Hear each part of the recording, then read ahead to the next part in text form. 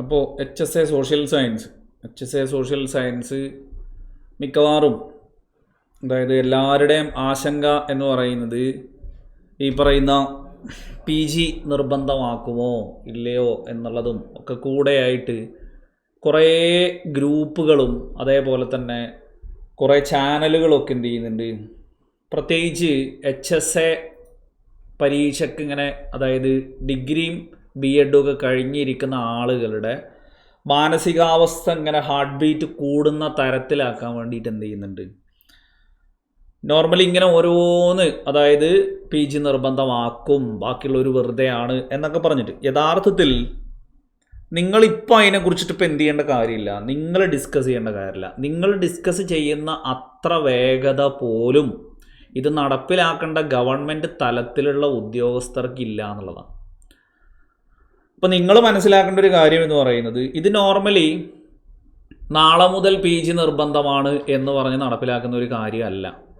ഒന്നാമത്തെ കാര്യം എന്താണെന്ന് വെച്ച് കഴിഞ്ഞാൽ ദേശീയ തലത്തിൽ നാഷണൽ എഡ്യൂക്കേഷൻ പോളിസി 2020 പറയുന്നത് 2030 മുതൽ ഇൻ്റഗ്രേറ്റഡ് ബി എഡ് ആണ് എന്ത് ചെയ്യുന്നത്, അത് ഫൗണ്ടേഷണൽ തലത്തിലാണെങ്കിലും ഈ പറയുന്ന പ്രിപ്പറേറ്ററി സ്റ്റേജിലാണെങ്കിലും സെക്കൻഡറി സ്റ്റേജിലാണെങ്കിലും മിഡിൽ സ്റ്റേജിലാണെങ്കിലും സെക്കൻഡറി സ്റ്റേജിലാണെങ്കിലും ഒക്കെ പറയുന്നത് ഏതാണ്, ഈ പറയുന്ന ഇൻ്റഗ്രേറ്റഡ് ബി എഡ് എന്നുള്ളതാണ്. അതായത് ഇൻ്റഗ്രേറ്റഡ് ബി എഡ് എന്ന് പറഞ്ഞു കഴിഞ്ഞാൽ 3+1 4 വർഷത്തെ ഇൻ്റഗ്രേറ്റഡ് ബി എഡ് ആണ് എന്ത് ചെയ്യുന്നത് അവിടെയൊക്കെ യോഗ്യതയായിട്ട് പറയുന്നത്.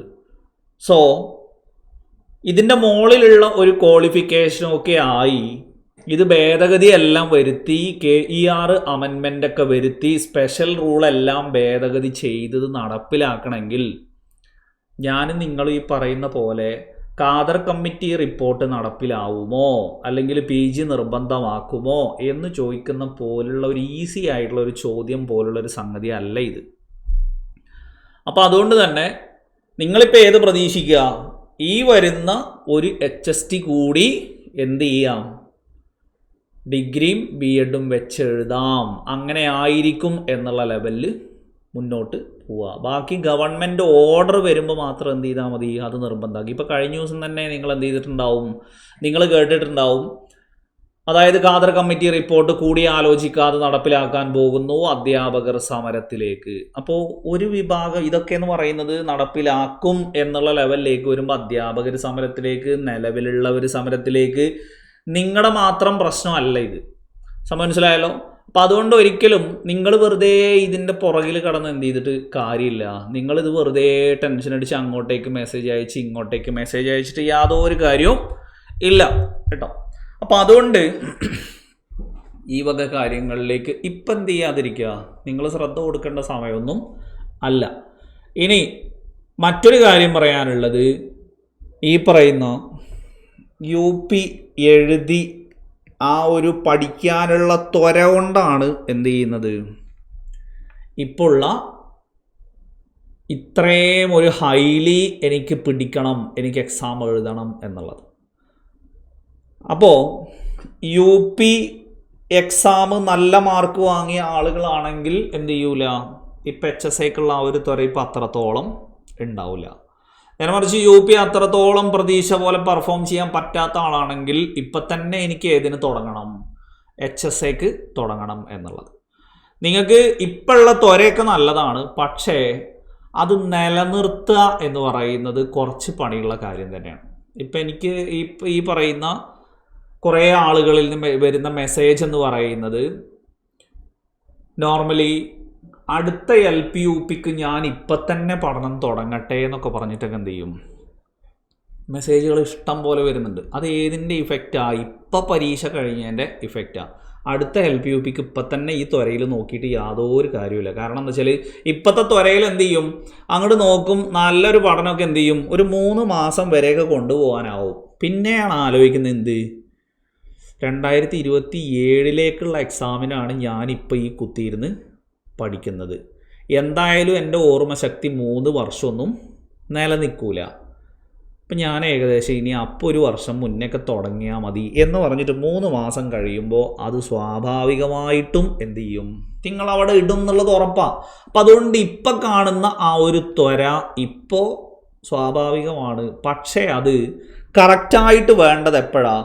ഇപ്പം അടുത്ത 2025 ഒരു ഓഗസ്റ്റിനും നവംബറിനും ഇടയിൽ എക്സാം നമ്മൾ HSA സോഷ്യൽ സയൻസ് പ്രതീക്ഷിക്കുകയാണ് എന്നുണ്ടെങ്കിൽ അതിൻ്റെ കറക്റ്റ് ഇപ്പുറത്ത് 1 ഇയറിലാണ് നമ്മൾ യഥാർത്ഥത്തിൽ എന്ത് തുടങ്ങേണ്ടത്, നമ്മുടെ ആഗ്രഹം കത്തേണ്ടതും അതിനുള്ള തയ്യാറെടുപ്പ് അതിൻ്റേതായിട്ടുള്ള രീതിയിൽ. അപ്പോൾ ഇപ്പോൾ HSAൻ്റെ ഒരു സമയം ഇങ്ങനെ ആയിക്കൊണ്ടിരിക്കുകയാണ്. പക്ഷെ ആ ആയിക്കൊണ്ടിരിക്കുന്ന സമയത്താണ് നിങ്ങളുടെ മൈൻഡിൽ എന്ത് ചെയ്യുന്നത്, തീ പോലെ ഈ പറയുന്ന കാദർ കമ്മിറ്റി റിപ്പോർട്ട് PG നിർബന്ധമാക്കുമോ ഇല്ലയോ എന്നൊക്കെ പറഞ്ഞിട്ടുള്ള കാര്യങ്ങൾ നിങ്ങൾ അതിന് കൊടുക്കുന്ന സമയം പകരം എന്ത് ചെയ്യുക, നിലവിലുള്ള കഴിഞ്ഞ HST പരീക്ഷകളുടെയൊക്കെ ക്വസ്റ്റ്യൻ പേപ്പേഴ്സ്, അതായത് HST ഏതോ ആയിക്കോട്ടെ എല്ലാ HST പരീക്ഷകളുടെയും. അപ്പോൾ നിങ്ങൾക്ക് തന്നെ അറിയാം ഇനി നിങ്ങൾ ആദ്യമേ മനസ്സിലാക്കേണ്ട ഒരു കാര്യം എന്ന് പറയുന്നത് UPയെ പോലെ അത്രത്തോളം നിയമനം നടക്കുന്ന ഒന്നല്ല ഏത് HST എന്ന് പറയുന്നത്. ഇപ്പം നമുക്കിനിപ്പോൾ ലയനം നടന്നാലും ഈ പറയുന്ന HST എന്ന് പറയുന്ന ഒരിക്കലും UPയുടെ അത്ര പോലും എന്തല്ല നിയമനം നടക്കുന്ന ഒന്നല്ല. അപ്പോൾ ആരും എന്ത് ചെയ്യണ്ട, ഞാനും HSTക്ക് പഠിക്കുന്നു എന്ന് കുടുംബത്തെ കൊണ്ടും സ്വന്തത്തെ കൊണ്ടും നാട്ടുകാരെ കൊണ്ടും ഒക്കെ പറയിപ്പിക്കാൻ വേണ്ടിയിട്ട് വെറുതെ ആരും എന്ത് ചെയ്യണ്ട, HSTക്ക് ഇറങ്ങണ്ട. നിങ്ങൾ നന്നായിട്ട് അധ്വാനിച്ച് ആദ്യത്തെ 50-നുള്ളിൽ ഞാൻ അടിച്ചിട്ട് HST ആവും എന്ന് നിങ്ങളെ തന്നെ ഈ തുടക്കത്തിൽ തന്നെ എന്ത് ചെയ്യുക, പറഞ്ഞ് മനസ്സിലാക്കുക. എങ്കിലേ നിങ്ങൾക്കിതിൻ്റെ എന്തറിയുള്ളൂ, ഈ പറയുന്ന എത്രത്തോളം ഇമ്പോർട്ടൻസ് ഇതിന് കൊടുക്കണം എന്നുള്ളത് അറിയുള്ളൂ. ഞാൻ ഈ കഴിഞ്ഞ LP UPൻ്റെ ക്ലാസ്സുകളിലൊക്കെ നിരന്തരം പറഞ്ഞുകൊണ്ടിരുന്നതാണ്, നിങ്ങൾക്ക് എക്സാം എക്സ്പീരിയൻസിൻ്റെ നല്ല കുറവുണ്ട്. അപ്പോൾ ചില കാര്യങ്ങൾ ഞാനൊരു 100 പ്രാവശ്യം പറഞ്ഞാലും നിങ്ങൾക്ക് ഉൾക്കൊള്ളാൻ ചിലപ്പോൾ റിയൽ എക്സ്പീരിയൻസ് തന്നെ എന്ത് ചെയ്യേണ്ടി വരേണ്ടി വരും എന്നുള്ള ലെവലിലേക്ക് ഞാൻ പലവട്ടം എന്ത് ചെയ്തതാണ്, പറഞ്ഞതാണ്. പക്ഷെ എന്നാലും എന്ത് ചെയ്യൂല, ഒക്കെ അത് വിശ്വസിക്കുന്നത് എപ്പോഴാണ്, ഈ പറയുന്ന എക്സാം കഴിഞ്ഞതുകൊണ്ടാണ്. സോ എല്ലാ എക്സാമിൻ്റെയും തുടക്കത്തിൽ ഞാനിത് പറഞ്ഞു തരും, പക്ഷേ പിന്നെ നിങ്ങൾ ഉൾക്കൊള്ളാൻ ടൈം എടുക്കുന്നു എന്നുള്ളതാണ്. സോ എനിക്ക് ആദ്യമേ നിങ്ങളോട് പറയാനുള്ളത്, നിങ്ങൾ ഏറ്റവും ആദ്യം അതായത് ഒരു HSA എക്സാം എങ്ങനെയാണ്, എന്തൊക്കെയാണ് പരീക്ഷയ്ക്ക് ചോദിക്കുന്നത്, സബ്ജക്റ്റിൽ ചിലപ്പോൾ നമുക്ക് നല്ല നോളേജ് ഉണ്ടാവും. ഇപ്പം നിങ്ങളെ കൂട്ടത്തിൽ BA ഹിസ്റ്ററി എടുത്തവരുണ്ടാവും, MA ഹിസ്റ്ററി എടുത്തവരുണ്ടാവും, BA എക്കണോമിക്സ് എടുത്തവരുണ്ടാവും, MA എക്കണോമിക്സ് എടുത്തവരുണ്ടാവും, അല്ലെങ്കിൽ പൊളിറ്റിക്കൽ സയൻസ് എടുത്തവരുണ്ടാവും, സോഷ്യോളജി എടുത്തവരുണ്ടാവും, ഇങ്ങനെ പല സബ്ജക്റ്റ് എടുത്തവരുണ്ടാവും, ജോഗ്രഫി എടുത്തവരൊക്കെ ഉണ്ടാവും. അപ്പോൾ സബ്ജക്റ്റ് എന്ന് പറയുന്നത് നമുക്ക് എല്ലാവർക്കും ഒന്നാണ്, അതല്ല ഒരു സബ്ജക്റ്റാണ് മെയിൻ എന്ന് പറയുന്നത്. സബ് നമുക്ക് എല്ലാവർക്കും വ്യത്യാസം ഉണ്ടാവും. അപ്പോൾ ആ വ്യത്യസ്ത സബ്ജക്റ്റുകളിൽ നിൽക്കുന്ന നമ്മൾ സോഷ്യൽ സയൻസ് എന്ന് പറഞ്ഞ് നമുക്ക് പരിചയമുള്ളത് ഏത് മാത്രമേ ഉള്ളൂ, B.Edന് മാത്രമാണ് നമുക്ക് സോഷ്യൽ സയൻസ് എന്ന് പറഞ്ഞിട്ട് പരിചയമുള്ളത്. അപ്പോൾ അവിടെ ഹിസ്റ്ററി ഉണ്ടാവും, ജോഗ്രഫി ഉണ്ടാവും, എക്കണോമിക്സ് ഉണ്ടാവും, പൊളിറ്റി ഉണ്ടാവും, സോഷ്യോളജി ഉണ്ടാവും, എല്ലാം ഉണ്ടാവും. പിന്നെ പുറത്തൊരു 20 മാർക്ക് GK പാർട്ട്, അതിൽ ഈ പറയുന്ന പെഡഗോജി ആൻഡ് സൈക്കോളജി ഉണ്ടാവും, ഫ്രീഡം മൂവ്മെൻറ്റ് ഉണ്ടാവും, റിനൈസൻസ് ഉണ്ടാവും, ഇതൊക്കെയാണ് ഉണ്ടാവുക. ഇപ്പോൾ ഒരു HST എക്സാം എങ്ങനെയാണ് എന്നുള്ളത് തുടക്കം മുതൽ തന്നെ നമ്മൾ അതിലൂടെ ആവണം പഠനം. അല്ലാതെ സബ്ജക്റ്റ് എനിക്ക് ഒരുപാട് അറിയാം, എനിക്ക് ഒരുപാട് നോളേജ് ഉണ്ട് എന്ന് പറഞ്ഞിട്ട് ഒരിക്കലും എന്ത് ചെയ്യാൻ പറ്റില്ല, PSC പരീക്ഷയ്ക്ക് മലമറിക്കാൻ പറ്റില്ല. അതിന് എക്സാം എക്സ്പീരിയൻസ് എന്നുള്ള ലെവലിലേക്ക് തന്നെ എക്സാം ഓറിയൻറ്റഡ് ആയിട്ട് തന്നെ എന്ത് ചെയ്യണം, പഠിക്കണം. അപ്പോൾ ആദ്യം നിങ്ങൾക്ക് അറിയാത്ത ആളുകൾ ഉണ്ടെങ്കിൽ നോട്ട് ചെയ്ത് വെച്ചോ.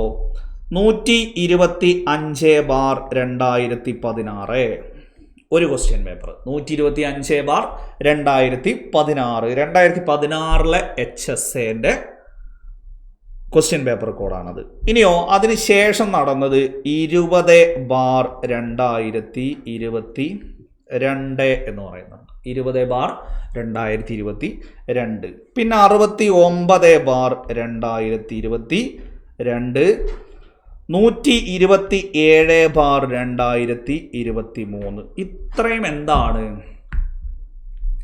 HSA സോഷ്യൽ സയൻസിൻ്റെ മാത്രം ചോദ്യങ്ങളാണ്. HSA സോഷ്യൽ സയൻസിൻ്റെ മാത്രം ചോദ്യ പേപ്പറുകളാണ് ഞാൻ ഈ പറഞ്ഞത് 4 എന്ന് പറയുന്നത്. അപ്പം ഇതിൽ ആദ്യം നിങ്ങൾ ഏത് ചെയ്യണം? 2016 HSA എടുത്ത് ചെയ്യണം. പിന്നെ അത് കഴിഞ്ഞിട്ട് വേറെ ഉണ്ട്, ഇത് ഞാൻ മിനിമം പറയുന്നതാണ്. ഇനി NCAൻ്റെ ഒഴിവിലേക്ക് നടന്നതും അല്ലാതെ നടന്നതും ഒക്കെ സ്പെഷ്യൽ റിക്രൂട്ട്മെൻറ്റിൻ്റെ ഒക്കെ വേറെ നിങ്ങൾക്ക് തരാനുണ്ട്. പക്ഷേ ഇതിനേക്കാളും കട്ടിയായിരിക്കും ഏതെന്ന് പറയുന്നത് സ്പെഷ്യൽ റിക്രൂട്ട്മെൻറ്റിൻ്റെയും NCAൻ്റെയൊക്കെ ക്വസ്റ്റ്യൻ പേപ്പർ എന്ന് പറയുന്നത്. അപ്പം അതുകൊണ്ട് ഈ ക്വസ്റ്റ്യൻ പേപ്പർ ഒരെണ്ണം ഒരു ദിവസം എന്ത് ചെയ്യുക, ഒന്നെടുത്ത് ചെയ്യുക. എന്നിട്ട് നമ്മൾ എന്ത് മനസ്സിലാക്കുക, ഞാൻ 0-യിൽ നിൽക്കുമ്പോൾ എനിക്ക് ഏതൊക്കെ ഏരിയകൾ പരിചയമുണ്ട്. ഇപ്പം ലാസ്റ്റ് നടന്ന ഈ പറയുന്ന 127/2023 എന്ന് പറയുന്ന ഒരു ഓൺലൈൻ എക്സാം ഉണ്ടല്ലോ, ഈ ഓൺലൈൻ എക്സാമിൽ 44 ചോദ്യങ്ങൾ ഹിസ്റ്ററിയാണ്. അത് ഏതിന് പുറമേ 20 GK പാർട്ടിന് പുറമേ കേട്ടോ. 2023 എങ്ങനെയാണോ ഞാൻ പറഞ്ഞല്ലോ, നിങ്ങൾ അറിയുന്ന എക്സാമുകൾ മാത്രമല്ല, SC/STയുടെ NCA റിസർവേഷൻ ഒക്കെ എന്ത് ചെയ്യും, ഓൺലൈൻ എക്സാം ഒക്കെ വിളിച്ചതുണ്ട്. അപ്പോൾ 2023 ഡിസംബറിലാണ് അവസാനത്തെ സോഷ്യൽ സയൻസ് പരീക്ഷ നടക്കുന്നത്. അതുകൊണ്ടാണ് ഞാൻ പറഞ്ഞത് നിങ്ങൾക്കറിയാത്ത ഒരുപാട് കാര്യങ്ങൾ എന്ത് ചെയ്യുന്നുണ്ടാവും, PSCൻ്റെത് ഉണ്ടാവും. അപ്പോൾ അതുകൊണ്ടാണ് പറഞ്ഞു തരുന്നത് ഏറ്റവും അവസാനം നടന്ന എക്സാം എന്ന് പറയുന്നത് ഏതാണ്, 2023 ഡിസംബറിലാണ് എന്ത് ചെയ്യുന്നത് ഏറ്റവും അവസാനം നടന്നത്. അപ്പോൾ ആ എക്സാം അടക്കം നമ്മൾ ചെയ്ത് നോക്കുമ്പോൾ ലേറ്റസ്റ്റ് ട്രെൻഡ് എന്താണ് എന്നുള്ളത് എന്ത് ചെയ്യുള്ളൂ, അപ്പോഴേ മനസ്സിലാവുള്ളൂ എന്നുള്ളത്. ഇത് ഞാൻ നിങ്ങൾക്ക് ഇട്ട് തരാം. ഇത് ഞാൻ ഈ ക്വസ്റ്റ്യൻ പേപ്പേഴ്സ് നിങ്ങൾക്ക് ആൾറെഡി എന്ത് ചെയ്ത് തരാം, ഞാൻ ഇട്ട് തരാം. ഇനിയിപ്പോൾ ഞാൻ നിങ്ങൾക്ക് പറഞ്ഞത് ഇതാണ്, നിങ്ങൾക്ക് ചെയ്യാൻ ഇതൊക്കെയാണ് വേണ്ടത് എന്നുള്ളത്. അപ്പം ഞാൻ പറഞ്ഞത് 125/2016 ചെയ്യുമ്പോൾ നിങ്ങൾക്ക് നോർമൽ ഒബ്ജക്റ്റീവ് ടൈപ്പിലായിരിക്കും എന്ത് ചെയ്യുന്നത് ഈ പറയുന്നത്. ഇത് നിങ്ങൾക്ക് നോർമലി ഇനി വേണമെന്നുണ്ടെങ്കിൽ ജസ്റ്റ് PSCThriller.com പോയി കഴിഞ്ഞാൽ, ജസ്റ്റ് ആ വെബ്സൈറ്റിൽ പോയി കഴിഞ്ഞാലും ഏത് കിട്ടും, ഈ പറയുന്ന ക്വസ്റ്റ്യൻ പേപ്പറും അതിൻ്റെ ഫൈനൽ ആൻസർ കീയും അവിടെ തന്നെ ഉണ്ട്. അത് കാണേണ്ടവർക്ക് എങ്ങനെ ചെയ്യാം, എന്ത് ചെയ്യാം, അങ്ങനെയും നോക്കേണ്ടവർക്ക് എന്ത് ചെയ്യാം, അങ്ങനെയും നോക്കാം. ഞാൻ അതിൻ്റെ ലിങ്ക് വേണമെങ്കിൽ എന്ത് ചെയ്യാം, ജസ്റ്റ് അവിടെ ഇട്ട് തരുകയും ചെയ്യാം. അപ്പോൾ ഈ 125/2016 ചെയ്യുമ്പോൾ നിങ്ങൾക്ക് ഇങ്ങനെ ഭയങ്കര എളുപ്പമായിട്ട് തോന്നും. ഈ പറയുന്ന HSAൻ്റെ എക്സാം ഭയങ്കര എളുപ്പമായിട്ട് ഇങ്ങനെ തോന്നും. കാരണം എന്താണെന്ന് വെച്ച് കഴിഞ്ഞാൽ ഒബ്ജക്റ്റീവ് ടൈപ്പ് ക്വസ്റ്റ്യനാണ്, എല്ലാം ഡയറക്റ്റ് ക്വസ്റ്റ്യനാണ്. പ്രത്യേകിച്ച് ഒന്നും എന്ത് ചെയ്യുന്നില്ല, സ്റ്റേറ്റ്മെൻറ്റ് ടൈപ്പോ മാച്ച് ദ ഫോളോയിങ്ങോ അങ്ങനത്തെ ഒരു ചോദ്യവും ഇല്ല. എന്നാൽ 2022 വരുമ്പോഴത്തേക്ക് അവിടെ എന്ത് ചെയ്യുന്നുണ്ട്, അവിടെ ചോദ്യത്തിൻ്റെ രീതി തന്നെ മാറുന്നുണ്ട്. ഗാഗ്നയുടെ ഹെയറാർക്കി ഓഫ് ലേണിങ്ങിൽ പെടുന്നവ താഴെ പറയുന്നവയിൽ ഏതാണ്? എന്നിട്ട് എന്ത് ചെയ്യുന്നുണ്ട്, വെർബൽ ലേണിംഗ്, ഓറൽ ലേണിംഗ് എന്നൊക്കെ പറഞ്ഞ് സ്റ്റിമുലസ് റെസ്പോൺസ് എന്നൊക്കെ പറഞ്ഞിട്ടും, അതേപോലെ തന്നെ കോമ്പിനറ്റോറിയൽ ലേണിംഗ് എന്നൊക്കെ പറഞ്ഞിട്ട് ഒരു 5 എണ്ണം കൊടുക്കുന്നുണ്ട്. എന്നിട്ട് എന്ത് ചെയ്യുന്നുണ്ട്, 1ഉം 2ഉം മാത്രം, 1ഉം 2ഉം 3ഉം മാത്രം എന്നൊക്കെ പറഞ്ഞിട്ട്. പിന്നെ അത് GK പാർട്ടിലേക്ക് വരുമ്പോഴാണെങ്കിലും ഹിസ്റ്ററി പാർട്ടിലേക്ക് വരുമ്പോഴാണെങ്കിലും സ്വദേശാഭിമാനി രാമകൃഷ്ണ പിള്ളയുമായി ബന്ധപ്പെട്ട പത്രങ്ങളിൽ പെടുന്നവ പെടാത്തവ എന്നൊക്കെ പറഞ്ഞിട്ട് എന്ത് ചെയ്യുന്നുണ്ട്, അതും ഇതേപോലെ സ്റ്റേറ്റ്മെൻറ്റ് ടൈപ്പിലാണ് എന്ത് ചെയ്യുന്നത് വരുന്നത്. സോ നിങ്ങൾക്ക് ആ മാറ്റം കറക്റ്റായിട്ട് എവിടെ കാണാൻ പറ്റും, ഈ 2016 ക്വസ്റ്റ്യൻ പേപ്പറിൽ നിന്നും ഇങ്ങോട്ടേക്ക് കയറുമ്പോൾ തന്നെ നിങ്ങൾക്ക് എന്ത് ചെയ്യാൻ പറ്റും, അത് കാണാൻ പറ്റും. ഇനി അത് വീണ്ടും നമ്മൾ ഇങ്ങോട്ടേക്ക് ഓൺലൈൻ എക്സാമിലേക്കൊക്കെ കയറി വരുമ്പോഴത്തേക്ക് 2023-24 ട്രെൻഡൊക്കെ ആകുമ്പോഴത്തേക്ക് എന്ത് ചെയ്യുന്നുണ്ട്, ഈ പറയുന്ന 2022 ഡീപ്പാവാൻ തുടങ്ങി. ഇതിലത്തെ ഏറ്റവും അവസാനം ഈ 2023 ഡിസംബറിൽ നടന്ന എക്സാമിൻ്റെ ക്വസ്റ്റ്യൻ പേപ്പർ നോക്കുമ്പോൾ അവിടെ കൊടുത്തിരിക്കുന്ന കാര്യങ്ങൾ എന്ന് പറയുന്നത്, അതിൽ ഫസ്റ്റ് ഒരു സുഭാഷ് ചന്ദ്രബോസുമായി ബന്ധപ്പെട്ട, സുഭാഷ് ചന്ദ്രബോസ് അല്ല, സ്വാമി വിവേകാനന്ദനുമായി ബന്ധപ്പെട്ട ചോദ്യം എന്ന് പറയുന്നതിൻ്റെ 4ാമത്തെ ഓപ്ഷൻ എന്ന് പറയുന്നത് 1902 രോഗാവസ്ഥയിൽ കിടന്ന് ആര് മരണപ്പെട്ടു, സ്വാമി വിവേകാനന്ദൻ മരണപ്പെട്ടു. 3ാമത്തെ സ്റ്റേറ്റ്മെന്റ് എന്ന് പറയുന്നത് ഉദ്ബോധന എന്ന് പറയുന്നത് ഈ പറയുന്ന ഉദ്ബോധന ബംഗാളിയിലും അതേപോലെ തന്നെ പ്രബുദ്ധ ഭാരത് ഇംഗ്ലീഷിലും എന്ന് പറഞ്ഞിട്ടുള്ള അതിന് നേരെ തിരിച്ചിട്ടാണ് ആര് കൊടുത്തത്? അതായത് നിങ്ങൾക്ക് സിലബസ് ഇട്ട് തരാം, നിങ്ങൾ സിലബസ് അല്ല HSA പരീക്ഷ എന്ന് പറയുന്നത്. നിങ്ങൾ ജസ്റ്റ് കുറേ ആൾക്കാരെ ഇങ്ങനെ സിലബസ് ചോദിച്ചുകൊണ്ട്, സിലബസ് എന്ന് പറയുന്നത് ഞാൻ തന്നെ ഇട്ട് തന്നിട്ടില്ലെങ്കിൽ നിങ്ങൾ HSA സോഷ്യൽ സയൻസ് സിലബസ് എവിടെ അടിച്ചാലും എന്ത് ചെയ്യും? ആൾറെഡി ആ ഗ്രൂപ്പിൽ ഞാൻ പറഞ്ഞു തരാം. ആദ്യം ഞാൻ ഈ പറയുന്ന കാര്യങ്ങൾ നിങ്ങൾ ഒരിക്കലും സിലബസ് കാണാപ്പാഠം പഠിച്ചിട്ടോ അല്ലെങ്കിൽ സിലബസിലെ എല്ലാ കാര്യങ്ങളും ഫുള്ളായിട്ട് പോയിട്ടോ അടിക്കൂല. നിങ്ങൾ മനസ്സിലാക്കേണ്ട ഒരു കാര്യം എന്ന് പറയുന്നത് HSAൻ്റെ എക്സാം എക്സ്പീരിയൻസ് ആണ്. അതിപ്പോൾ നിങ്ങൾ ഒരു LPUP എഴുതിയത് കൊണ്ടോ 2 LPUP എഴുതിയത് കൊണ്ടോ നിങ്ങൾ ആ എക്സാം എക്സ്പീരിയൻസിലേക്ക് എത്തില്ല. അത് ഈ കൂട്ടത്തിൽ തന്നെ എത്രയോ ആളുകൾ എന്ത് ചെയ്തിട്ടുണ്ടാവും? കഴിഞ്ഞ HSA എഴുതിയ ആളുകളുണ്ടാവും, കഴിഞ്ഞ LPUP എഴുതിയ ആളുകളുണ്ടാവും, ഈ LPUP എഴുതിയ ആളുകളുണ്ടാവും. ഇപ്പോഴും സ്വന്തം നെഗറ്റീവ് കൊണ്ട് മാത്രം ലിസ്റ്റിൽ നിന്നും പുറത്തേക്ക് പോയ ആളുകളുണ്ടാവും. എന്തുകൊണ്ടാണെന്ന് വെച്ച് കഴിഞ്ഞാൽ അത് എക്സാം എഴുതി ആ PSCയുടെ കറക്റ്റ് റൂട്ടിൽ തന്നെ കയറിയെങ്കിലേ അവിടെ എന്ത് ചെയ്യാൻ പറ്റുള്ളൂ? 59 ശരി ഉത്തരവും 3 തെറ്റുത്തരവും എന്നുള്ള ലെവലിലേക്ക് ഇങ്ങോട്ട് പോരണമെന്നുണ്ടെങ്കിൽ 59ൽ നിന്ന് 3 തെറ്റുത്തരത്തിന് ഒരേ ഒരു മാർക്കേ എന്ത് ചെയ്യുള്ളൂ? ഒരേ ഒരു മാർക്കേ പോവുള്ളൂ. നേരെ മറിച്ച് നിങ്ങളുടെ സ്വയം എക്സ്പീരിയൻസ് നോക്കിക്കഴിഞ്ഞാൽ നിങ്ങൾക്ക് അവിടെ നിങ്ങൾ കാണേണ്ട കാര്യം എന്ന് പറയുന്നത് നിങ്ങൾ 60 ശരി ഉണ്ടാകും, 15 തെറ്റും ഉണ്ടാവും, അല്ലെങ്കിൽ 55 ശരി ഉണ്ടാകും, 20 തെറ്റും ഉണ്ടാവും. ആ എക്സ്പീരിയൻസ് കൊണ്ട് ലിസ്റ്റിൽ നിന്ന് നമ്മൾ സ്വയം ഇറങ്ങിപ്പോകുന്ന പണി ഉണ്ടാവുള്ളൂ. അതുകൊണ്ടാണ് പറയുന്നത് എക്സാം എക്സ്പീരിയൻസ് എന്ന് പറയുന്നത് വേറെ തന്നെയാണ്. അവിടെ ചിലപ്പോൾ ഒരുപാട് മലമറിക്കാനുള്ള അറിവൊന്നും ഉണ്ടാവില്ല. പക്ഷേ ഉള്ള അറിവിനെ കണക്കാക്കി ഇങ്ങനെ പെറുക്കി എഴുതാനുള്ള ഒരു ശേഷി എന്ത് ചെയ്യണം? ഉണ്ടാക്കിയെടുക്കണം. അപ്പോൾ സിലബസിനേക്കാളൊക്കെ പുറമെ ആദ്യം ചെയ്യേണ്ടത് 2016 HSA എഴുതിയിട്ട് അവനവന് പരിചയമുള്ള ഏരിയകൾ എന്താണ്, അവനവൻ്റെ ഡ്രോബാക്കുകൾ എന്താണ്, PSC ഏത് റേഞ്ചിലാണ് പരീക്ഷ നടത്തിക്കൊണ്ടിരിക്കുന്നത്, ഈ വക കാര്യങ്ങളൊക്കെ ഒന്ന് പരീക്ഷ എഴുതിയിട്ട് അറിയണം. ഒരിക്കലും നിങ്ങൾക്ക് എക്സ്പീരിയൻസിന് വേണ്ടിയിട്ട് എന്ത് ചെയ്യൂല? PSC വേറെ പരീക്ഷ ഒന്നും നടത്തൂലല്ലോ. അപ്പം നടത്തിയ പരീക്ഷകൾ ഈ 4 എണ്ണം നിർബന്ധമായിട്ടും എന്ത് ചെയ്യണം? ഈ കോഴ്സ് തുടങ്ങുമ്പോൾ തന്നെ നിങ്ങളവിടെ എഴുതണം എന്നുള്ളതാണ്. അപ്പോൾ ഈ 2016 എക്സാം എഴുതുമ്പോൾ നിങ്ങൾക്ക് ഭയങ്കര കോൺഫിഡൻസ് തോന്നും. കാരണം എന്താണെന്ന് വെച്ച് കഴിഞ്ഞാൽ ഞാൻ പറഞ്ഞു ഡയറക്റ്റ് ഒബ്ജക്റ്റീവ് ക്വസ്റ്റ്യനാണ്. 2023 എത്തുമ്പോൾ സ്വാമി വിവേകാനന്ദനെ കലക്കി കുടിച്ച ആൾക്ക് പോലും അയാൾ 1863 ജനിച്ച് 1902 മരിച്ചു എന്ന് മാത്രമേ എന്ത് ചെയ്യുള്ളൂ? അവിടെ അറിയുള്ളൂ. എന്നാൽ ആ അറിവ് വെച്ച് 1902 ഇദ്ദേഹം രോഗാവസ്ഥയിൽ കിടന്ന് മരണപ്പെട്ടു എന്ന് പറയുമ്പോൾ രോഗം വന്നിട്ടാണോ മരണപ്പെട്ടത് അതോ പെട്ടെന്നുണ്ടായ മരണമാണോ? ഇങ്ങനെയുള്ള കാര്യങ്ങളെക്കുറിച്ച് അറിഞ്ഞെങ്കിലേ അതവിടെ എന്ത് ചെയ്യാൻ പറ്റുള്ളൂ? അറ്റൻഡ് ചെയ്യാൻ പറ്റുള്ളൂ. ഇനി അവിടെ മൂന്നാമത്തെ സ്റ്റേറ്റ്മെൻറ്റ് കൊടുത്തതോ? മൂന്നാമത്തെ സ്റ്റേറ്റ്മെൻറ്റ് കൊടുത്തതെന്ന് പറയുന്നത് ഉദ്ബോധന ഇംഗ്ലീഷിലും പ്രബുദ്ധ ഭാരത ബംഗാളിയിലുമാണ് വിവേകാനന്ദൻ പ്രസിദ്ധീകരിച്ചത്. അതും പഠിച്ചു പോയാൽ തന്നെ നമുക്ക് അങ്ങോട്ടും ഇങ്ങോട്ടും മാറുന്നതാണെന്ത്? സ്വാമി വിവേകാനന്ദൻ്റെ 2 പത്രങ്ങൾ. അതിൻ്റെ കറക്റ്റ് ലാംഗ്വേജ് ഏതാണെന്നൊക്കെ ചോദിച്ചു കഴിഞ്ഞാൽ നമുക്കൊരു നൂലിൽ ഇങ്ങനെ തൂക്കിയിട്ട പോലെ ആയിരിക്കും. അത് തന്നെ എന്ത് ചെയ്യും? അത് തന്നെ മാറ്റി കൊടുക്കുന്ന രീതിയിൽ ചോദ്യകർത്താവിന് തന്നെ മാറിപ്പോയി എന്നുള്ളതാണ്. സോ ഇത് 2023 ഡിസംബറിലെ എക്സാമിലെ ക്വസ്റ്റ്യൻ പേപ്പറിലെ ചോദ്യമാണ് ഞാനിപ്പോൾ പറഞ്ഞ ഈ സ്വാമി വിവേകാനന്ദൻ്റെ സ്റ്റേറ്റ്മെൻറ്റ് എന്ന് പറയുന്നത്. സോ ആ ലെവലിലേക്ക് സ്റ്റേറ്റ്മെൻറ്റ് ചോദിക്കുന്നതും നമുക്ക് കാണാൻ പറ്റും. ഈ 4 ചോദ്യപേപ്പർ ചെയ്താലും ചരിത്രത്തിൻ്റെ ഡെഫിനിഷൻ ഇല്ലാത്ത ചോദ്യപേപ്പർ ഇല്ല എന്നുള്ളൊരു കൺക്ലൂഷനിലേക്ക് നമുക്ക് എത്താനും പറ്റും. അപ്പം നമുക്ക് കറക്റ്റ് എന്ത് ചെയ്യാം? 4 ചോദ്യപേപ്പറും വെച്ച് നോക്കുമ്പോൾ ഈ ഏരിയയിൽ നിന്ന് എപ്പോഴും ചോദ്യം വരുന്നുണ്ട്. പിന്നെയോ ഹിസ്റ്ററിക്കും ജോഗ്രഫിക്കുമാണ് ചോദ്യകർത്താവ് എന്ത് ചെയ്യുന്നത്? ചോദ്യങ്ങളിൽ കൂടുതൽ ഭാഗം ഇമ്പോർട്ടൻസ് കൊടുക്കുന്നത്. ഈ വക കാര്യങ്ങളൊക്കെ ആദ്യമേ അറിഞ്ഞാൽ നിങ്ങൾക്ക് കറക്റ്റായിട്ടൊരു പ്ലാനിങ് ചെയ്യാൻ പറ്റും. എങ്ങനെ? ഇപ്പം ഞാൻ എക്കണോമിക്സ് പഠിച്ച ആളാണെന്ന് വിചാരിക്കുക.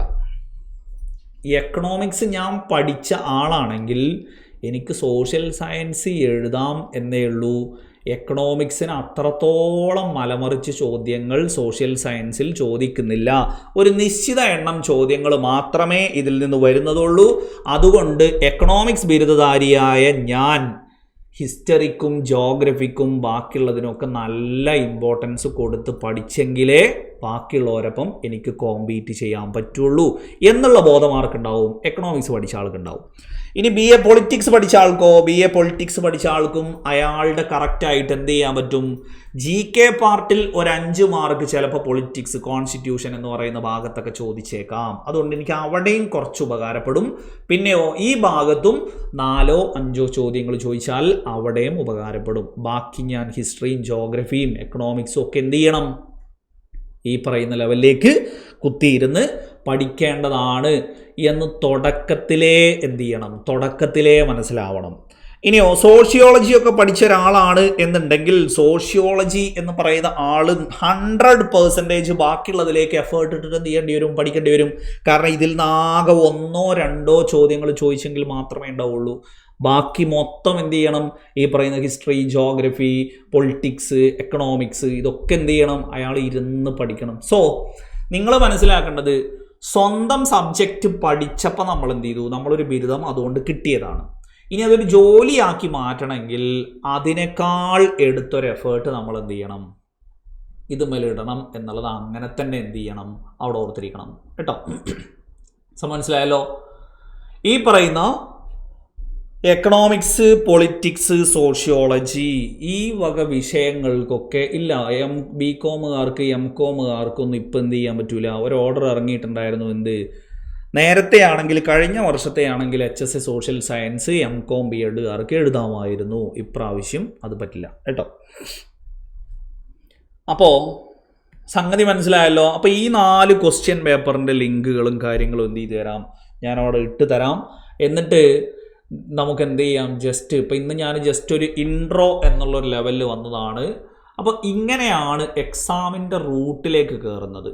ഇത് കഴിഞ്ഞ ശേഷം HSA ബാക്കി നടന്നതിൻ്റെ ഒക്കെ ഉണ്ടല്ലോ, HSA നാച്ചുറൽ സയൻസ്, അതേപോലെ തന്നെ HSA മാത്സ്, HSA ഇംഗ്ലീഷ്, ഇങ്ങനെയുള്ള എല്ലാ സബ്ജക്റ്റിൻ്റെയും 20 മാർക്ക് എടുത്തിട്ട് ഒന്നുകൂടി ചെയ്യണം. അതായത് നമ്മളെ മെയിൻ പേപ്പർ ആദ്യം ഒന്ന് എടുത്ത് 4 ക്വസ്റ്റ്യൻ പേപ്പർ ഒന്ന് ചെയ്തിട്ട് പിന്നെ എന്ത് ചെയ്യണം? നമ്മൾ ബാക്കിയുള്ള എല്ലാ HSAൻ്റെയും ക്വസ്റ്റ്യൻ പേപ്പർ ഇട്ട് തരും. ആ HSAൻ്റെ ക്വസ്റ്റ്യൻ പേപ്പർ ഇട്ട് തന്നിട്ട് അതിൻ്റെ 20 GK എല്ലാവരും എന്ത് ചെയ്യണം?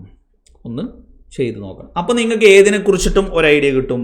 20 GKയിൽ എന്താണ് വന്നുകൊണ്ടിരിക്കുന്നത്? കറണ്ട് അഫേഴ്സ് അവിടെ പറയുന്നുണ്ട്.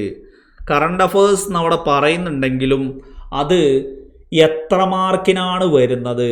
കറണ്ട് അഫേഴ്സിൽ നാം എത്രത്തോളം മല്ലിക്കെട്ടണം എന്നുള്ള കാര്യങ്ങളൊക്കെ തീരുമാനിക്കാനും അതിനനുസരിച്ചിട്ട് നമുക്ക് നമ്മുടെ ആ ഒരു സ്റ്റഡി പ്ലാൻ മുന്നോട്ട് കൊണ്ടുപോകാനും പറ്റും.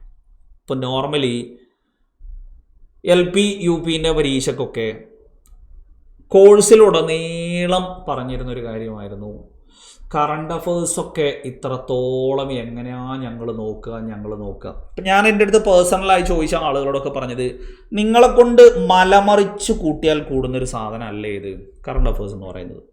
ഇപ്പോൾ ഒരു നോർമൽ കറണ്ട് അഫേഴ്സ് നോക്കിയിട്ട് പോവുക, അതിൽ വന്നു, അല്ലാതെ അതിനായിട്ട് പ്രത്യേകം സമയം കൊടുത്തൊരു വർഷം മൊത്തം അതിന്മേൽ എഫേർട്ട് ഇട്ടാലും ചിലപ്പോൾ നിങ്ങൾക്ക് ഫൈനൽ റിസൾട്ടിൽ കിട്ടുന്നത് വെറും 2 മാർക്കായിരിക്കും. ആകെ ചിലപ്പോൾ ചോദിച്ചതും ചിലപ്പം ഈ 5-ൽ താഴെ ആയിരിക്കും.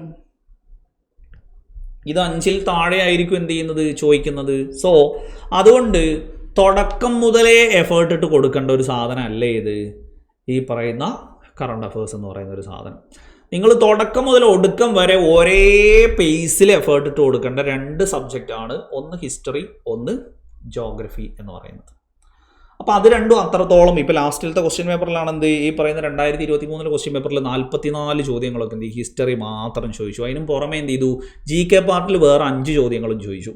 അപ്പോൾ 2016 മുതൽ ഇങ്ങോട്ടേക്ക് നമ്മളിങ്ങനെ പോരുമ്പോൾ കട്ട് ഓഫിൻ്റെ റേഞ്ചും ഈ ടൈറ്റ്നെസ് കൂടുന്നതിനനുസരിച്ചിട്ട് ഇങ്ങോട്ടേക്ക് കുറഞ്ഞു വരും. കട്ട് ഓഫിൻ്റെ റേഞ്ച് ഇപ്പോൾ അവിടെ ഒരു 55 റേഞ്ചൊക്കെ ആയിരുന്നു 2016. എന്നാൽ അത് ഇങ്ങോട്ടേക്ക് 2022 വരുമ്പോഴത്തേക്ക് എന്ത് ചെയ്തു? ഒരു 45-ൻ്റെ താഴേക്ക് എന്ത് ചെയ്തു? ഈ പറയുന്ന കട്ട് ഓഫ് ഇങ്ങോട്ടേക്ക് പോകുന്നു. അതുകൊണ്ടാണ് ഇതിൻ്റെ ടൈറ്റ്നസ് അതിനനുസരിച്ചിട്ട് കൂടി. സോ ഇനിയിപ്പോൾ 2024 വീണ്ടും എന്ത് കൂടും? സ്റ്റേറ്റ്മെൻറ്റിൻ്റെ ബഹളം കൂടെ വരുമ്പോഴത്തേക്ക് ടൈറ്റ്നസ് ഒന്നുകൂടി കൂടും. അപ്പോൾ ഇങ്ങനെയൊക്കെയുള്ള എക്സാം വരുമ്പോൾ പലർക്കും ഉള്ള വിചാരം, ഇപ്പം ഇന്നലെ ഒരാൾ എന്നെ വിളിച്ചിട്ട് പറഞ്ഞതാണത്, എനിക്ക് ഒരു 49 അറിയുന്നതുണ്ടായിരുന്നു കഴിഞ്ഞ LPക്ക്, പക്ഷെ ഞാൻ വിചാരിച്ചു എനിക്ക് മാത്രമാണ് ടഫ് എന്ന് വിചാരിച്ചിട്ട് ഈ കിട്ടിയ 49 കൂടെ തന്നെ ഞാൻ എന്ത് ചെയ്ത് വേറെയും കുറേ കറുപ്പിച്ചു. അങ്ങനെ ഇയാൾക്കിപ്പോൾ വന്ന് നോക്കി കൂട്ടിയ സമയത്ത് 10 മാർക്ക് നെഗറ്റീവാണ്. 49 ഉണ്ടായിരുന്ന ആൾ 39 എത്തി. ഒന്ന് ആലോചിച്ച് നോക്ക് നിങ്ങൾ. അതായത് നിങ്ങൾ എഴുതിയിട്ടുണ്ടാവും കഴിഞ്ഞ UP LP എക്സാമുകളൊക്കെ എന്ത് ചെയ്തിട്ടുണ്ടാവും. ചിലപ്പോൾ LP കുറേ പേര് എഴുതിയിട്ടുണ്ടാവില്ല, ചിലർ UP എഴുതിയിട്ടുണ്ടാവും. അപ്പോൾ പരീക്ഷ നടക്കുന്ന സമയത്ത് UPൻ്റെ പ്രത്യേകത എന്ന് പറയുന്നത് സ്കോർ ചെയ്യാൻ പറ്റിയ പരീക്ഷയായിരുന്നു. ഏത്? UP എന്ന് പറയുന്നത്. അതായത് അത്യാവശ്യം ശ്രദ്ധിച്ച് 1-2 വായനയൊക്കെ വായിച്ചിങ്ങനെ പോയാൽ എന്ത് ചെയ്യാം, ഒരു 70 മാർക്കൊക്കെ സ്കോർ ചെയ്യാവുന്ന പരീക്ഷയായിരുന്നു. പക്ഷേ LP എന്ന് പറയുന്നത് രണ്ടാമത്തെ തവണ വായിക്കാനൊന്നും സമയം ഉണ്ടാവില്ല. എന്നാൽ അറിയുന്നത് മാത്രം പെറുക്കി കറുപ്പിക്കുകയാണെങ്കിൽ അവിടെ ഒരു 45 to 50 മാർക്കൊക്കെ സ്കോർ ചെയ്യാമായിരുന്നു. ലിസ്റ്റിൽ കയറാൻ ഇത് മതി. ഇവിടെ 45 to 50 പെറുക്കി എഴുതിയാൽ തന്നെ എന്ത് ചെയ്യുമായിരുന്നു? അവിടെ ലിസ്റ്റിൽ കയറും. ജോലി കിട്ടുന്ന മാർക്കാണ് ഇത്, ഈ പറയുന്ന 45 to 50. ഇവിടെയാണെങ്കിലോ 70 എല്ലാവർക്കും സ്കോർ ചെയ്യാമായിരുന്ന പരീക്ഷ. അപ്പോൾ പരീക്ഷേൻ്റെ പൾസ് അറിഞ്ഞിട്ട് കറുപ്പിക്കുക എന്നുള്ളത് നമുക്ക് ആരെങ്കിലും വന്നിട്ട് പരീക്ഷേൻ്റെ ദിവസം പറഞ്ഞു തരുമൊന്നുമില്ല. നമ്മൾ എന്ത് ചെയ്യണം? ആ ലെവലിലേക്ക് നമ്മളെ വർക്കൗട്ട് ചെയ്ത് മാറ്റണം. മനസ്സിലായല്ലോ?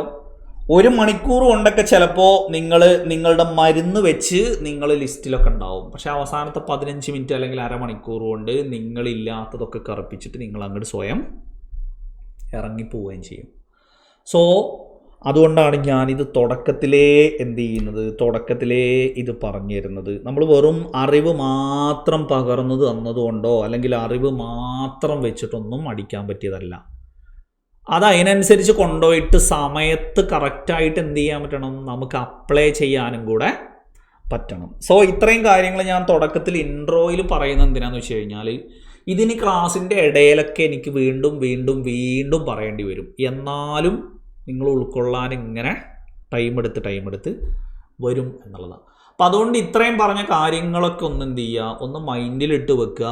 ഓരോ സബ്ജക്റ്റ് പഠിക്കുമ്പോഴും സബ്ജക്റ്റിൻ്റെ പഠനമല്ല, പഠിച്ചതിനെ അപ്ലൈ ചെയ്യുന്നതിലാണ് മാർക്ക് അവിടെ എന്ത് ചെയ്യുന്നത്, മാർക്ക് അവിടെ സ്കോർ ചെയ്യാൻ പറ്റുന്നത്. സോ എപ്പോഴും നമ്മൾ പഠിക്കുന്ന കാര്യം അപ്ലിക്കേഷൻ ലെവലിലേക്ക്. ഇപ്പം ഞാനിപ്പോൾ എനിക്ക് 2016 ഞാൻ HSA സോഷ്യൽ സയൻസ് എഴുതാൻ പ്രിപ്പയർ ചെയ്യുന്ന സമയത്ത് എനിക്ക് ഏറ്റവും വെറുപ്പുള്ള സാധനം എന്ന് പറയുന്നത്, ഇപ്പോൾ എൻ്റെ സബ്ജക്റ്റ് ഹിസ്റ്ററിയാണ്, പക്ഷേ എൻ്റെ സബ്ജക്റ്റ് ഹിസ്റ്ററി ആണെങ്കിലും എനിക്ക് ഏറ്റവും വെറുപ്പുള്ള സാധനം എന്ന് പറയുന്നത് ഈ പറയുന്ന ഹിസ്റ്ററിയിലുള്ള കുറേ ഡെഫിനിഷൻസ് ഉണ്ട്. അതേപോലെ തന്നെ ബാക്കിയുള്ളതിലൊക്കെ കയറുമ്പോൾ ഈ ഡെഫിനിഷൻസ് എന്നും വെറുക്കപ്പെട്ടൊരു സാധനമാണ്. കാരണം ചരിത്രം എന്താണ് എന്നിങ്ങനെ ഒരുപാട് ആൾക്കാർ ഇങ്ങനെ പണ്ട് എഴുതി വെച്ചത് നമ്മളിങ്ങനെ കുത്തിയിരുന്ന് പഠിക്കണം എന്നുള്ളത്. എന്നാൽ 2016 എക്സാമിന് പ്രിപ്പയർ ചെയ്യുമ്പോൾ മാത്രമേ ഈ സാധനം എനിക്ക് എന്ത് ചെയ്തിട്ടുള്ളൂ, അത്രത്തോളം വെറുപ്പ് തോന്നിയിട്ടുള്ളൂ. അതിനുശേഷം 2020 HSA ബാച്ചിന് ക്ലാസ് എടുക്കുമ്പോഴോ അല്ലെങ്കിൽ ഇപ്പോൾ ഈ വരുമ്പോഴോ ഇപ്പോൾ എനിക്ക് ഡെഫിനിഷൻസ് എന്ന് പറയുന്ന സാധനം ഒരു വെറുപ്പും എന്ത് ചെയ്യാറില്ല, തോന്നാറില്ല. കാരണം അതിന് ഞാൻ എന്ത് ചെയ്തു, അന്ന് ഞാനെന്ന് പറയുന്നത് വെറും പഠനത്തിന് വേണ്ടി മാത്രം ഏത് ചൂസ് ചെയ്യുക അല്ലെങ്കിൽ ഏത് യൂസ് ചെയ്യുക എന്നുള്ളത്, ഡെഫിനിഷൻസ് യൂസ് ചെയ്യുക എന്നുള്ളത്. ഇപ്പം അത് നേരെ മാറ്റി ഇപ്പം ഈ പറയുന്ന അപ്ലിക്കേഷൻ ലെവലിലേക്ക് വെക്കുമ്പോൾ ഓരോ ഹിസ്റ്റോറിയൻസും എന്താണ് ചരിത്രം എന്ന് പറഞ്ഞിട്ടുണ്ടെങ്കിൽ അത് നിങ്ങൾ പരീക്ഷയ്ക്ക് ഓർക്കുന്ന രീതിയിലേക്ക് അപ്ലൈ ചെയ്യാൻ വേണ്ടി മാത്രമാക്കിയിട്ട് എന്ത് ചെയ്തു, അത് നിങ്ങളുടെ ആളുമായിട്ട് കണക്ട് ചെയ്യുന്ന ലെവലിലേക്ക് എന്ത് ചെയ്തു, മാറ്റി.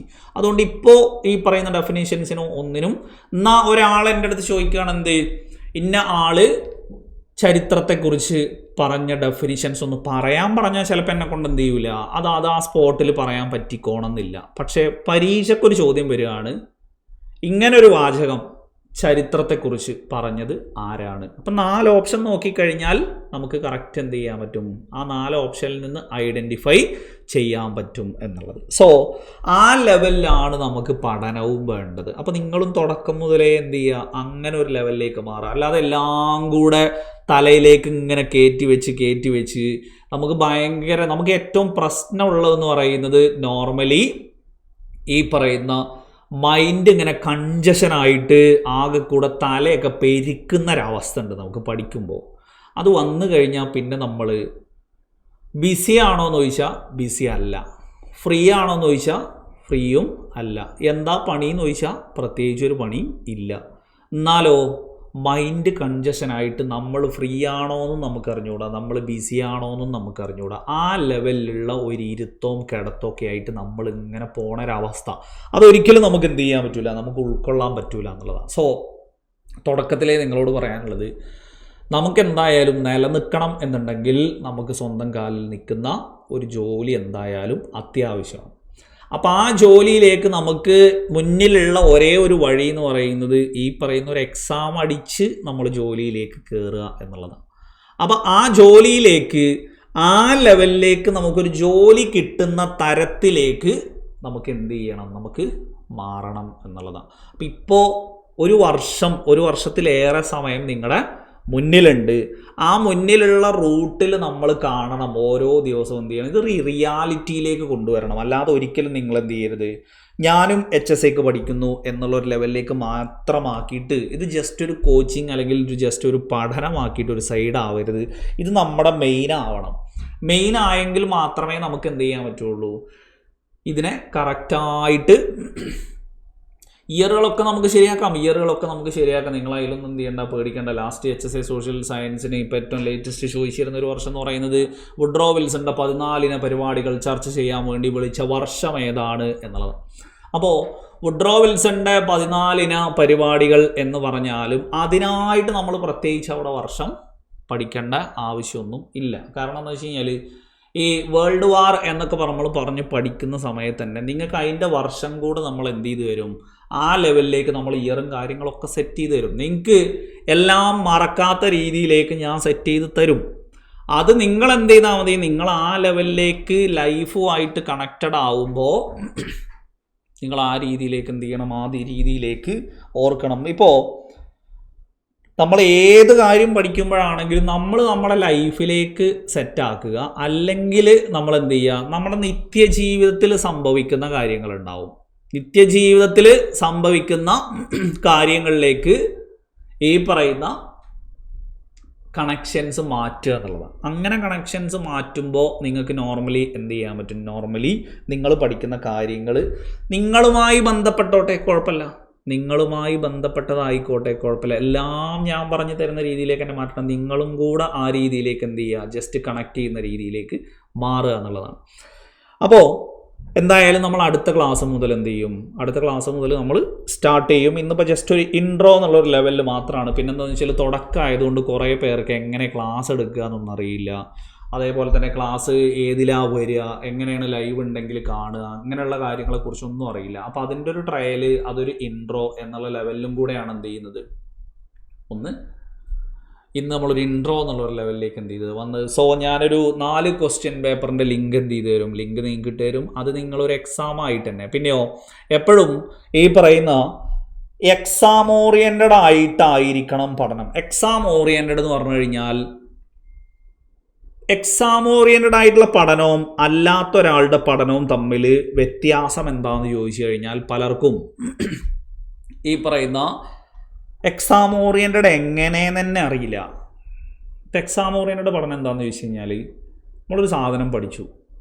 നമ്മളൊരു സാധനം പഠിക്കുന്നത് എങ്ങനെയാണെന്ന് വെച്ച് കഴിഞ്ഞാൽ ഇത് കാണാപ്പാഠം പഠിക്കലല്ല.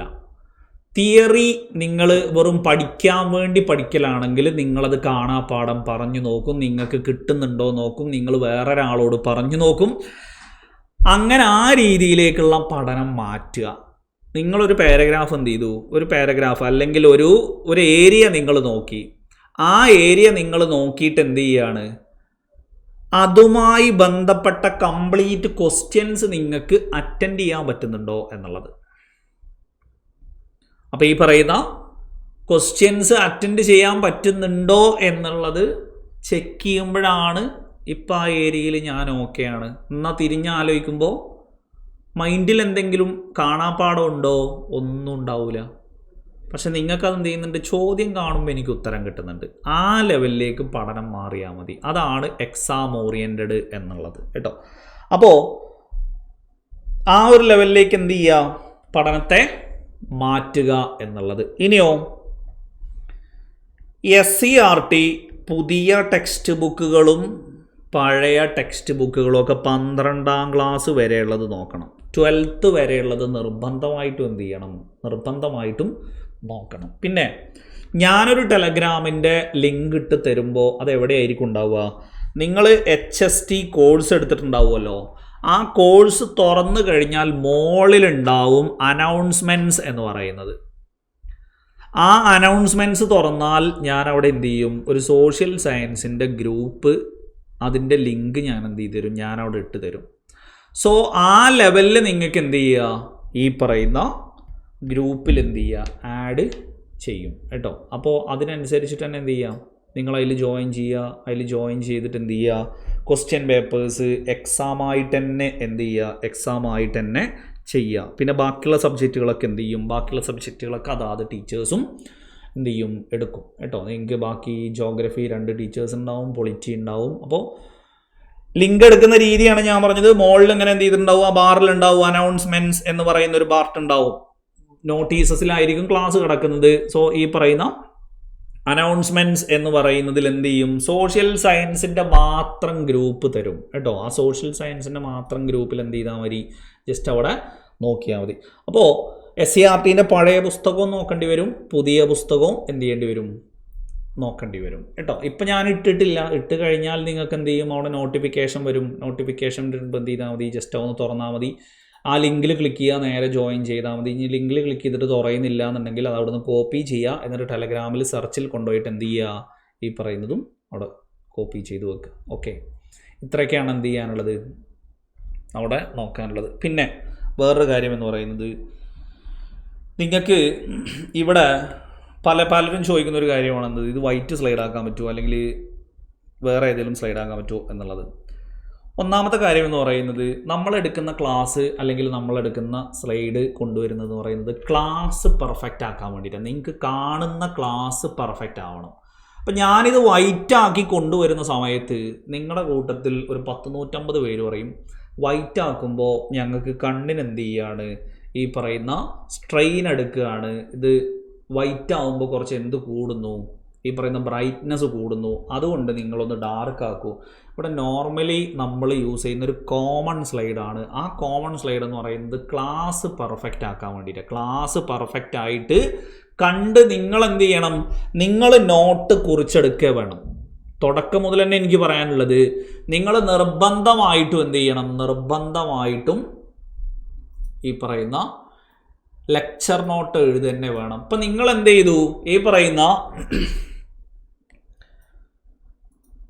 ക്ലാസ്സിലെ നോട്ട് അതുപോലെ പോയിട്ട് പ്രിൻ്റ് ഔട്ട് എടുത്തു എന്ന് വിചാരിച്ചോ, ആ നോട്ട് ആർക്കായിരിക്കും കംഫേർട്ട് ആവുക, അതുണ്ടാക്കിയ ആൾക്ക് മാത്രമേ കംഫേർട്ട് ആവുള്ളൂ. നിങ്ങളെപ്പോഴും ഓർക്കേണ്ട ഒരു കാര്യം എന്ന് പറയുന്നത്, എല്ലാ റാങ്ക് ലിസ്റ്റിലും നമ്മൾ പഠണമെന്നുണ്ടെങ്കിൽ നമ്മുടെ ഒരു എഫേർട്ട്, സ്വന്തമായിട്ടുള്ളൊരു എഫേർട്ട് നമുക്കതിൻ്റെ പുറകിൽ വേണം. വേറൊരാളിങ്ങനെ ഉണ്ടാക്കി വെച്ചത് നമ്മളിങ്ങനെ പ്രിൻ്റ് ഔട്ട് എടുത്ത് കൊടുന്ന് വായിച്ചാലും നമുക്ക് എന്ത് ചെയ്യൂല, നമുക്കതിൻ്റെ ഒരു ഇഫക്റ്റ് ഉണ്ടാവില്ല. കാരണം എനിക്ക് കംഫേർട്ടായിട്ടുള്ള രീതിയിലായിരിക്കും എൻ്റെ നോട്ട് ഉണ്ടാവുക, എന്നാൽ നിങ്ങൾ എഴുതുമ്പോൾ നിങ്ങൾക്ക് കംഫേർട്ടായിട്ടുള്ള ലെവലിൽ. സോ അതുകൊണ്ട് നിർബന്ധമായിട്ടും എന്ത് ചെയ്യണം, നിർബന്ധമായിട്ടും ആ ഒരു രീതിയിൽ തന്നെ എന്ത് ചെയ്യണം, അവിടെ കാണണം. ഇനിയോ നിങ്ങൾക്ക് 20 മാർക്ക് ഇംഗ്ലീഷിലും ബാക്കി 80 മാർക്ക് മലയാളത്തിലുമാണ് ക്വസ്റ്റ്യൻ പേപ്പർ ഉണ്ടാവുക കേട്ടോ. അത് നിങ്ങൾക്ക് എപ്പോൾ മനസ്സിലാവും, ഈ പറയുന്ന ക്വസ്റ്റ്യൻ പേപ്പേഴ്സ് ഇട്ട് തരുമ്പോൾ നിങ്ങൾക്ക് മനസ്സിലാവും. 20 മാർക്ക് GK പാർട്ടായിരിക്കും, ബാക്കിയോ ഈ പറയുന്ന 80 മാർക്ക് മലയാളത്തിലായിരിക്കും എന്ത് ചെയ്യുന്നത്, ഉണ്ടാവുന്നത്. സോ ഇത്രയും കാര്യങ്ങളൊക്കെ ഒന്ന് ഓർമ്മിപ്പിച്ചു എന്നേ ഉള്ളൂ. ബാക്കി ഞാൻ എന്ത് ചെയ്തു തരാം, ഗ്രൂപ്പിൽ ഇട്ട് തരാം. അപ്പോൾ ആ ഗ്രൂപ്പിൽ ഇട്ട് തരുന്നതിനനുസരിച്ചിട്ട് നിങ്ങൾക്ക് എന്ത് ചെയ്യാം, നിങ്ങൾക്കൊന്ന് ചെയ്ത് നോക്കാം. പിന്നെയോ ഇന്നെ 4 എണ്ണവും തീർക്കണം എന്ന് പറഞ്ഞിട്ട് ആരും എന്ത് ചെയ്യണ്ട. അടുത്ത മാസമല്ല പരീക്ഷ. പതുക്കെ നിങ്ങളെ തന്നെ ഇങ്ങനെ ഉയർത്തി കൊണ്ടുവരിക. ഇപ്പോൾ ഒരു ത്വരയൊക്കെ ഭയങ്കര ഹൈ ലെവലിലൊക്കെ ഉണ്ടാവും. ഏതുപോലെ നമ്മൾ 8ാം ക്ലാസ്സിൽ നിന്ന് 9ാം ക്ലാസ്സിലേക്ക് ജയിച്ചു കഴിഞ്ഞാൽ നമുക്കുള്ളൊരു സ്വഭാവമുണ്ട്. ഈ പറയുന്ന നോർമലി നോട്ട് പുസ്തകം പുതിയതിൽ നമ്മൾ ക്ലാസ് നോട്ട് തരുമ്പോൾ എഴുതൂല. നമ്മൾ റഫ് നോട്ട് ബുക്കിൽ എഴുതിയിട്ട് പിന്നെ വീട്ടിൽ പോയിട്ട് എന്ത് ചെയ്യും, പുതിയ നോട്ട് പുസ്തകത്തിലേക്ക് നല്ല അടിപൊളിയായിട്ട് ഇങ്ങനെ ഡിസൈൻ ചെയ്ത് നമ്മൾ പകർത്തും. ആദ്യത്തെ ചാപ്റ്റർ കഴിഞ്ഞപ്പോൾ മനസ്സിലായി ഇത് നടക്കൂല. കാരണം സ്കൂളിൽ നിന്നും എഴുത്ത്, പിന്നെയോ വീട്ടിൽ ചെന്നിട്ടും എഴുത്ത്, ഇത് 2 എഴുത്തിൻ്റെ ആവശ്യമൊന്നും ഇല്ല. പിന്നെ ഈ യഥാർത്ഥ നോട്ട് ബുക്ക് തന്നെ റഫ് നോട്ടായി. അതിൻ്റെ സെൻറ്ററിൽ നിന്ന് എന്ത് ചെയ്യുന്നു, ജോഗ്രഫി തുടങ്ങുന്നു, ബാക്കിൽ നിന്ന് എക്കണോമിക്സ് തുടങ്ങുന്നു, മുന്നിൽ നിന്ന് ഹിസ്റ്ററി തുടങ്ങുന്നു. ആകെ കൂടെ ഒരു പരുവമായ അവസ്ഥ എന്ന് പറയുന്നത്. അപ്പോൾ തുടക്കത്തിൽ എല്ലാറ്റിൻ്റെയും തുടക്കത്തിൽ ഭയങ്കര ത്വരയൊക്കെ ഉണ്ടാവും. ആ ത്വര യഥാർത്ഥത്തിൽ അത് നിലനിർത്തി. അപ്പോൾ ഒരു തുടക്കം ഒരു പതിയെ ആണെങ്കിൽ വലിയ പ്രശ്നമൊന്നുമില്ല. നിങ്ങളെന്നെ ഇങ്ങനെ പതുക്കെ ഇങ്ങനെ ഉയർത്തിക്കൊണ്ടുവന്നാൽ മതി. പിന്നെ തുടക്കം മുതലേ എന്തിലേക്ക് പോകരുത്, സ്പൂൺ ഫീഡിങ്ങിലേക്ക് പോകരുത്. അതായത് എല്ലാം ഇങ്ങനെ ഒരുക്കി വെച്ച് തന്നാലേ ഞാൻ പഠിക്കുള്ളൂ എന്നുള്ളൊരു ലെവലിലേക്ക് എന്ത് ചെയ്യരുത്, തുടക്കം മുതലേ പോകരുത്. നിങ്ങൾ നന്നായിട്ട് എന്ത് ചെയ്യണം, കൂടെ എഫേർട്ട് ഇട്ട് എന്ത് ചെയ്യണം, നിങ്ങളും സ്വന്തമായിട്ട് നോട്ടൊക്കെ ഉണ്ടാക്കിയിട്ട് ആ ഒരു ലെവലിലേക്ക് വരണം കേട്ടോ. എന്നാലേ എന്ത് ചെയ്യാൻ പറ്റുള്ളൂ, നമ്മുടേതായിട്ടുള്ള ഒരു ഇടം സ്വന്തമായിട്ട് നമുക്ക് റാങ്ക് ലിസ്റ്റിൽ ഇങ്ങനെ തെളിയിച്ച് കാണിക്കാൻ പറ്റുള്ളൂ. ഇല്ലയെന്നുണ്ടെങ്കിൽ നമുക്ക് എന്ത് ചെയ്യേണ്ടി വരും, നമ്മൾ പെട്ടോ എന്ന് ചോദിച്ചു കഴിഞ്ഞാൽ പെട്ടു, എത്ര റാങ്ക് 98, പെട്ടല്ലോ അത് മതി. പിന്നെയാണ് നമുക്കത് മനസ്സിലാവുന്നത് എന്ത്, ഈ പറയുന്ന ശരിക്കും പെട്ടു എന്നുള്ളത്. കാരണം ജോലി കിട്ടുന്നിടത്തല്ല, ലിസ്റ്റിൽ പെട്ടു എന്നുള്ള പേര് വരുത്താൻ വേണ്ടിയിട്ട് പെട്ടു എന്നുള്ളതാണ് എന്നുള്ളത് നമുക്ക് മനസ്സിലാവാൻ ഏകദേശം 2 വർഷം എടുക്കും. അപ്പോൾ അങ്ങനെ ഒരു പെടൽ നിങ്ങൾ ആരും എന്ത് ചെയ്യണ്ട, പെടണ്ട. അതിലേറെ നല്ലത് പെടാതിരിക്കുക. അപ്പോൾ നല്ലത് ഏതാണ്, നിങ്ങളുടേതായിട്ടുള്ള ഇടം 50-നുള്ളിലേക്ക് കണ്ടെത്തണം എന്നുള്ള ലെവലിലാണ് എന്ത് ചെയ്യുന്നത്, നമ്മൾ തുടക്കം മുതലേ കാണേണ്ടത്. അല്ലാതെ ഞാനും ലിസ്റ്റിൽ പെട്ടു, ഞാനും പഠിക്കുന്നു എന്ന് പറഞ്ഞിട്ട് ആരും എന്ത് ചെയ്യേണ്ട, ഒരു പ്രഹസനത്തിന് വേണ്ടി. നിങ്ങൾക്ക് തന്നെ അറിയാലോ PSCക്ക് പഠിക്കുക എന്നുള്ള പേര് അത്ര നല്ല പേരൊന്നുമല്ല. അതൊക്കെ നമുക്ക് തന്നെ എന്ത് ചെയ്യും, ഇതൊരു ചീത്തപ്പേരാണെന്നുള്ള ലെവലിൽ നമുക്ക് തന്നെ എത്രയോ ആയിട്ട് തോന്നി തുടങ്ങിയിട്ടുണ്ടാവും. സോ ജോലി നേടാൻ പറ്റുന്ന തരത്തിലുള്ള ഒരു സ്പേസ് നമുക്ക് ഉണ്ടാക്കണമെന്നുണ്ടെങ്കിൽ നമ്മൾ എന്ത് ചെയ്യണം, നമ്മൾ അതിൻ്റെ ഒരു എഫേർട്ട് തീർച്ചയായിട്ടും ഇടുക തന്നെ വേണം. അപ്പോൾ എന്താണെങ്കിലും എന്നെക്കൊണ്ട് കഴിയുന്ന പോലെ ഞാൻ എല്ലാ കാര്യങ്ങളും എന്ത് ചെയ്തു തരും. അത് ആ ലെവലിൽ തന്നെ എന്ത് ചെയ്യുക, ഒന്ന് ഓർക്കുക. പിന്നെയോ തുടക്കം മുതൽ നമ്മളിങ്ങനെ പോണ റൂട്ടിൽ നിങ്ങൾക്ക് അറിയുന്ന ഒരുപാട് കാര്യങ്ങളുണ്ടാവും. അപ്പോൾ അറിയുന്ന ഒരുപാട് കാര്യങ്ങളിൽ മാക്സിമം എന്ത് ചെയ്യാതിരിക്കുക, ഞാൻ പറയുന്നതിൻ്റെ മുന്നേ കമൻറ്റ് ചെയ്ത് റിവിഷൻ ചെയ്യാതിരിക്കുക. കാരണം എന്താണെന്ന് വെച്ച് കഴിഞ്ഞാൽ നിങ്ങൾക്കാണെങ്കിൽ പോലും അത് ഇറിറ്റേഷൻ ആയിരിക്കും, മറ്റുള്ളവർക്കാണെങ്കിലും അത് ഇറിറ്റേഷൻ ആയിരിക്കും. എക്കണോമിക്സിൻ്റെ സബ്ജക്റ്റ് വരുമ്പോൾ എക്കണോമിക്സ് അറിയുന്നവരൊക്കെ ഇങ്ങനെ എടുക്കാൻ പോണ ടോപ്പിക്കൊക്കെ ഇങ്ങനെ കമൻറ്റ് ചെയ്താൽ അത് ബാക്കി എക്കണോമിക്സ് അറിയാത്തവർക്ക് ഇറിറ്റേഷൻ ആയിരിക്കും. ഹിസ്റ്ററി എടുക്കുന്ന സമയത്ത് ഹിസ്റ്ററി അറിയുന്നവർ ഇങ്ങനെ കമൻറ്റ് ചെയ്ത് കഴിഞ്ഞാൽ അത് ബാക്കിയുള്ള സബ്ജക്റ്റുകാർക്ക് ഇറിറ്റേഷൻ ആയിരിക്കും. സോ മാക്സിമം എന്ത് ചെയ്യാതിരിക്കുക, അങ്ങനെയുള്ള ഒരു ലെവലിലേക്ക് പോവാതിരിക്കുക. സോ അത് നിങ്ങൾക്ക് തന്നെയാണ് ഏറ്റവും കൂടുതൽ എന്ത് ചെയ്യുന്നത്, ഇറിറ്റേറ്റ് ചെയ്യുക എന്നുള്ളത്. സോ അതും കൂടെ എന്ത് ചെയ്യുക, ഞാൻ പറഞ്ഞു തരേണ്ട കാര്യമൊന്നുമില്ല. പക്ഷേ ടീച്ചേഴ്സാണ് ഏറ്റവും കൂടുതൽ എന്ത് ചെയ്യുക, ഇത് ഞാൻ LP UPൻ്റെ ആണെങ്കിലും ഹൈസ്കൂളിൻ്റെ ആണെങ്കിലും HSSTൻ്റെ ആണെങ്കിലും അസിസ്റ്റന്റ് പ്രൊഫസേഴ്സിൻ്റെ ആണെങ്കിലും ഒക്കെ ക്ലാസ്സിൽ എന്ത് ചെയ്യുന്നതാണ്, ഇത് പറഞ്ഞു കൊടുക്കും. എന്നാലും എന്ത് ചെയ്യൂല, ആ ബേസിക് ആയിട്ടുള്ള ആ ഒരു സ്വഭാവം മാറ്റാൻ പലരെ കൊണ്ടും സാധിക്കാറില്ല എന്നുള്ളത് കൊണ്ടാണ് തുടക്കം മുതലേ എന്ത് ചെയ്യുന്നത്, തുടക്കം മുതലേ അത് ഞാൻ വീണ്ടും എന്ത് ചെയ്യുന്നത്, ഓർമ്മിപ്പിക്കുന്നത്. കാരണം വെച്ചാൽ നമ്മളൊക്കെ പഠിച്ച ആളുകൾ തന്നെയാണ്, നമുക്ക് ഒരുപാട് കാര്യങ്ങൾ അറിയുന്നതുണ്ടാവും, അറിയാത്തതുണ്ടാവും. അതൊക്കെ അതിൻ്റെ കൂടെ ഇങ്ങനെ പറയുമ്പോൾ ഒരു റിവൈസ് ചെയ്ത് ഇങ്ങനെ പോവുക. അത് നമ്മളൊരിക്കലും എന്ത് ചെയ്യാതിരിക്കുക, മറ്റുള്ളവർക്ക് ഇറിറ്റേഷൻ ഉണ്ടാക്കാതെ പോവുക എന്നുള്ളതും കൂടെ എന്ത് ചെയ്യുക, ശ്രദ്ധിക്കുക. കാരണം എന്താ വെച്ച് കഴിഞ്ഞാൽ നമുക്ക് ചില സമയത്ത് എന്ത് ചെയ്യും, ചില സമയത്ത് അതായി കഴിഞ്ഞാൽ ക്ലാസ് എന്ത് ചെയ്യൂല, ക്ലാസ് ആ തരത്തിൽ മുന്നോട്ടേക്ക് സ്പീഡിൽ പോവില്ല. അപ്പോൾ ഇന്നത്തേക്ക് ഞാൻ എന്ത് ചെയ്യുന്നു, ഒരൊറ്റ വർക്കേ ഞാൻ പറയുന്നുള്ളൂ. 2016 125 എന്ന് പറയുന്ന ആ ഒരു ക്വസ്റ്റ്യൻ പേപ്പർ നാളത്തേക്കൊന്ന് ചെയ്തു വരാം കേട്ടോ. അപ്പം ഇന്നത്തേക്ക് ഒറ്റ വർക്ക് ഞാൻ പറയുന്നുള്ളൂ. ഞാൻ എന്ത് ചെയ്യും, ഈ പറയുന്ന ടെലഗ്രാം ഗ്രൂപ്പിൻ്റെ ലിങ്ക് അവിടെ മുകളിൽ നിങ്ങൾക്ക് ഇടും. ആ ഗ്രൂപ്പിൻ്റെ ലിങ്ക് നോക്കിയിട്ട് എന്ത് ചെയ്യുക, ജസ്റ്റ് ഒന്ന് ചെയ്തിട്ട് വരിക.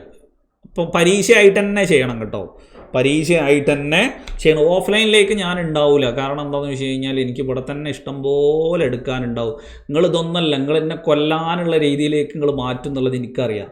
പിന്നെ എനിക്ക് ഓഫ്ലൈനിൽ പോകാനൊന്നും സമയം ഉണ്ടാവില്ല. ഇവിടെ തന്നെ നിങ്ങൾ എന്ത് ചെയ്യൂല, നിങ്ങൾ സ്വൈരം തരൂല എന്നുള്ളത് എനിക്ക് കഴിഞ്ഞ 2020 HSN എന്ത് ചെയ്തതാണ്, ആ ലെവലിലേക്ക് ആക്കിയത്. അപ്പോൾ ഇപ്പം നിങ്ങളൊരു മയത്തിലൊക്കെ ഇങ്ങനെ എന്ത് ചെയ്യും, നിങ്ങളിരിക്കും. പിന്നെ എന്ത് ചെയ്യും, പരീക്ഷ ഓരോന്ന് ഇങ്ങനെ അടുക്കും തോറും നിങ്ങൾ എന്ത് ചെയ്യും, നിങ്ങൾ എന്നെ കൊന്നു കൊല വിളിക്കും എന്നുള്ളത് എനിക്ക് നന്നായിട്ട് അറിയാം. അതുകൊണ്ട് ഞാൻ ഇപ്രാവശ്യം ആദ്യമേ പറഞ്ഞിട്ടുണ്ട്, ഓഫ്ലൈനിലേക്കൊന്നും ഞാനില്ല, ഓൺലൈനിൽ മാത്രമേ എന്ത് ചെയ്യുള്ളൂ. അപ്പോൾ ഓഫ്ലൈനിൽ പോകണവർക്ക് എന്ത് ചെയ്യും, ഓൺലൈനിലെ കോഴ്സ് ഫ്രീ ആയിട്ട് അവൈലബിൾ ആയിരിക്കും കേട്ടോ.